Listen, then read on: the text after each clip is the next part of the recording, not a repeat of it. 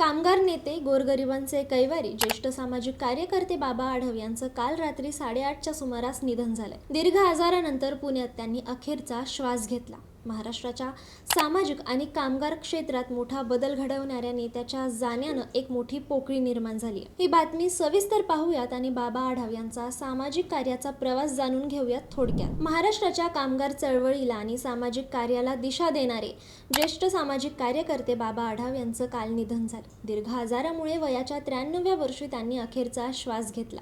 त्यांच्या निधनानं पुणे जिल्ह्यासह संपूर्ण महाराष्ट्रातील सामाजिक कामगार आणि परिवर्तनवादी चळवळींवर शोककळा पसरली आहे. त्यांचं पार्थिव मार्केट यार्ड येथील हमाल भवनात अंत्यदर्शनासाठी ठेवण्यात येणार आहे. सायंकाळी 5:30च्या सुमारास त्यांच्यावर पुण्यातील वैकुंठ स्मशानभूमीत कोणतेही धार्मिक विधी न करता अंत्यसंस्कार होणार आहेत. गेल्या अनेक दशकांपासून बाबा आढाव यांनी हाताला काम आणि कामाला दाम या मूलभूत तत्वावर आधारित कामगार चळवळ उभी केली होती. त्यांचं संपूर्ण जीवन शोषित, वंचित, गोरगरीब, असंघटित कामगार, पाथरी व्यावसायिक आणि सर्वसामान्य जनतेच्या हक्कांसाठी लढण्यात गेलं. त्यांचं कार्य केवळ एका विशिष्ट वर्गापुरतं मर्यादित नव्हतं, तर समाजाच्या प्रत्येक स्तरातील विषमतेविरुद्ध त्यांनी आवाज उठवला. बाबा आढाव यांचा जन्म एका सामान्य कुटुंबात झाला, मात्र सामाजिक विषमतेची जाणीव त्यांना कमी वयातच झाली आणि याच जाणीवेतून त्यांनी स्वतःला सामाजिक कार्यासाठी वाहून घेतलं.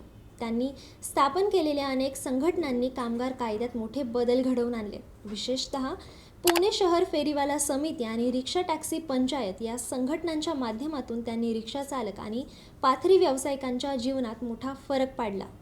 त्यांच्या प्रयत्नांमुळेच असंघटित कामगारांना संघटित ओळख मिळाली आणि त्यांना सामाजिक सुरक्षा मिळण्याचा मार्ग मोकळा झाला. त्यांच्या लढ्याच्या माध्यमातून अनेक असंघटित कामगारांना भविष्य निर्वाह निधी म्हणजेच PF आणि आरोग्य विमा सुविधा मिळाल्यात.